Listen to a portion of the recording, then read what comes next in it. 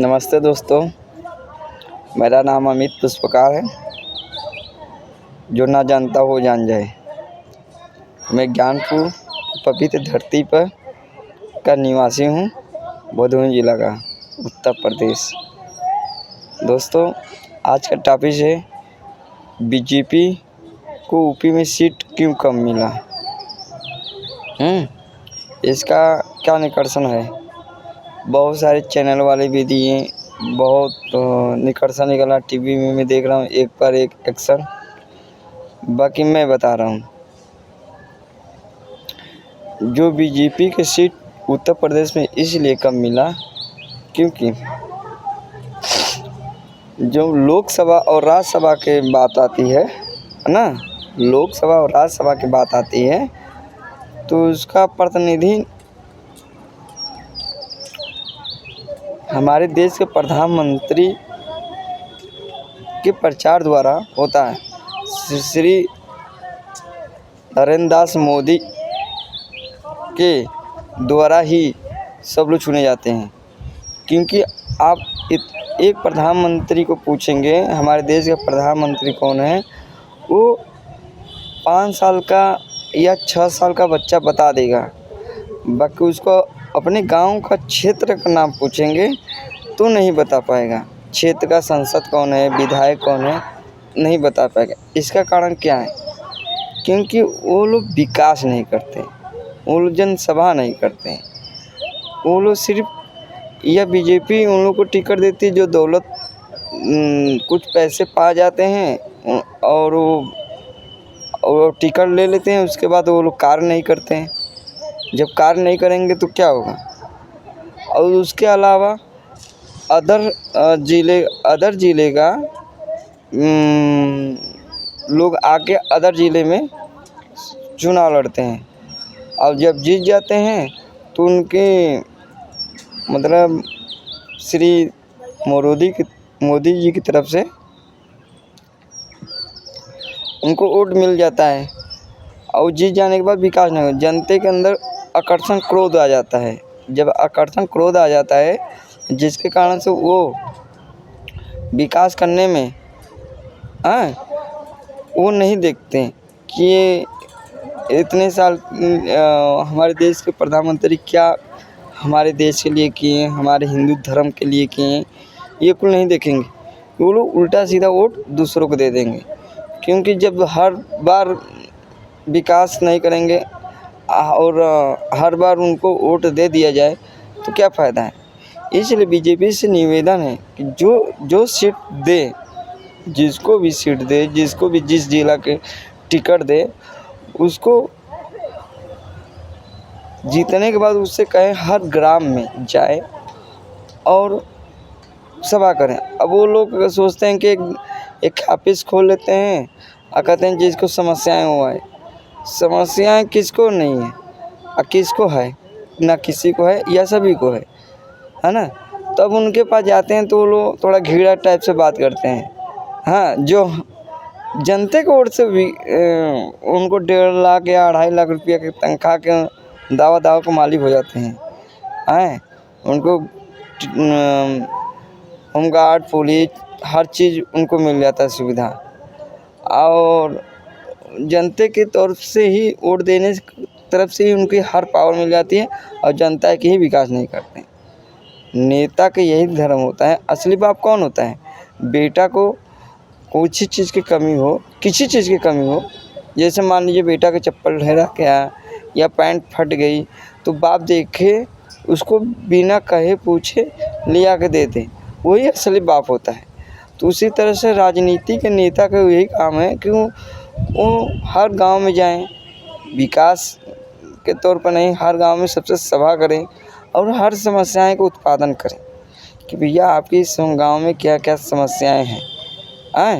मैं फलाना व्यक्ति हूँ और आपके गांव में क्या क्या समस्याएं हैं, इस समस्याएं का हल कैसे होगा। कुछ आप लोग मदद कीजिए, कुछ हम मदद करें, कुछ राज्य सरकार के द्वारा मदद होगा, कुछ केंद्र सरकार के द्वारा मदद होगा और समस्याएं का हल हो जाए। मान लीजिए समस्याएं का हल नहीं हुआ तो उससे कोई लेना देना नहीं। आप तो गए तो सही, आपका नाम तो रोशन हुआ, हाँ, बाकी साले वो भी नहीं करते। जितना उत्तर प्रदेश, मैं सभी राज्य के बारे में नहीं मानता हूँ, जितनी उत्तर प्रदेश की जनता वोट दी है 2014 में, 2019 में और 2024 में, सारे वोट मोदी और बीजेपी की ही कारण मिला है। व्यक्ति किसी का दम नहीं है। जो संसद है और विधायक कुल चोर हैं साले, विकास नहीं करते, सीधा मुंह पर बोलते हैं। क्या विकास किए हैं हमसे बताएं। जो लोकसभा और राज्यसभा से पास होती है वो तुम कार्य कर दोगे तो विकास होगा। विकास का तरफ होता है कि अपने दम पर अपने गांव की समस्याएं आप लोकसभा और राज्यसभा में उठाएं बात, उसके बाद वो वहाँ से पारित करके अपने गांव क्षेत्र का विकास कर उसको विकास करते हैं। जैसे पेड़ लगाना, हर जगह कैमरा लगाना, कॉलेज में जाना, क्या पढ़ाई हो रही क्या नहीं पढ़ाई हुई, हर समस्याएं ऐसे काम करो कि कई पीढ़ी याद करे। ऐसे काम मत करो कुछ दिन के बाद आपका नामो निशान मिट जाए।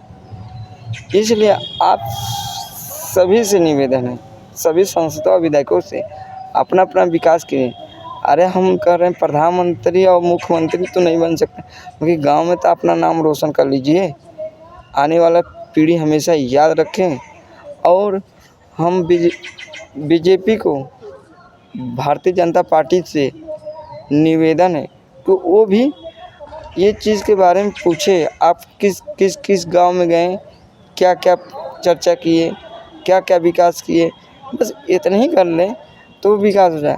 चुनाव के समय पर लाखों करोड़ों रुपया लुटा देते हैं और मठाधीशों को 500-500 रुपया के हिसाब से पैसा दिया जाता है, 1,50,000। हाँ, अब गरीब इंसान वो भी 500 रुपया नहीं पाता और वोट दे देता है। अब विकास के नाम पर जाओ तो उसका काम नहीं, जिसको वो पैसा दिए रहते हैं वो ही जाएगा तो उसका तुरंत काम हो जाएगा। ये है मठाधीशों के काम। यहाँ का अध्यक्ष, जो जिला अध्यक्ष होते हैं भारतीय जनता पार्टी के, वो भी जीतने के बाद बोलोरो पा गए ना। अरे यार, आप जिला अध्यक्ष हैं, संसद का जितना पावर होता है उतना आपको भी पावर है, बस आपको तनख्वाह नहीं मिलती। कार्य करने का तो पावर तो आपको पूरी होगी। मुझे इतनी जानकारी नहीं है जिला अध्यक्ष के बारे में कि तनख्वाह मिलती है कि नहीं मिलती है, बाकी मैं बता रहा हूँ उनको भी तो कम से कम हर गांव में जाना चाहिए। हर गांव में, एक गांव में कम से कम 100 मने होते हैं, हर गांव में जाएंगे तो भी धर्म स्थल पर विकास नहीं करेंगे तो समस्याएं का हल तो देखेंगे, फिर उन लोग से भी राय लेंगे और अपना भी राय देंगे। उससे कुछ नहीं होगा तो इतने लोग बेरोजगार हैं, मिलजुल के ही काम करें भैया। आप लोग आपका गांव की समस्याएं हैं, राज्यसभा या लोकसभा कब पारित करेगी तब तक आप इस समस्याएं से उलझा रहेंगे। आप लोग श्रमदान कीजिए 1 घंटा, उसी के हिसाब से विकास हो जाएगी। और हम भी कर रहे हैं, उसके द्वारा आपका भी नाम रोशन हो जाएगा और वो गांव का विकास भी हो जाएगी।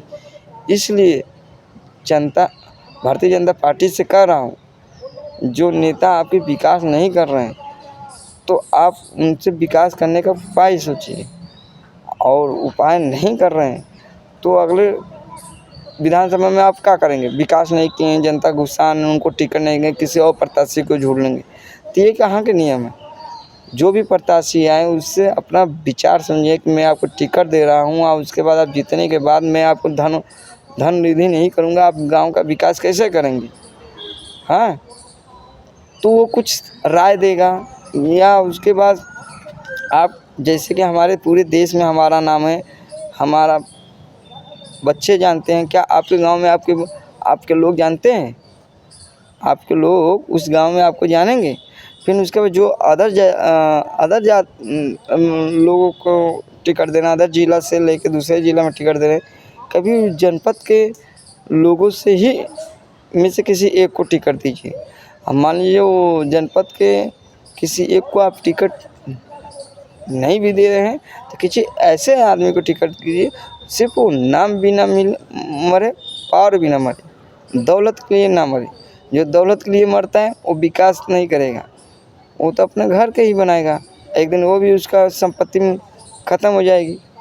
इसलिए निवेदन, आप सभी से निवेदन है, जो एक्शन पे एक्शन ले रहे हैं, वो हर जनपद में गांव-गांव में घूम के थोड़ा देख लीजिए, सारी समस्याएं खड़ी हो जाएंगी। और मुझे विश्वास है 2024 चल रही है, 2027 में भी और 2029 में भी सीटें बहुमत जितना हारे हुए उससे ज़्यादा आपको, सबसे ज़्यादा आपको सीट मिले और विकास हो। मैं यहीं पर अपने वाड़िया समाप्त करता हूँ। जय हिंद, जय भारत। कोई भी त्रुटि हो कृपया क्षमा कीजिए।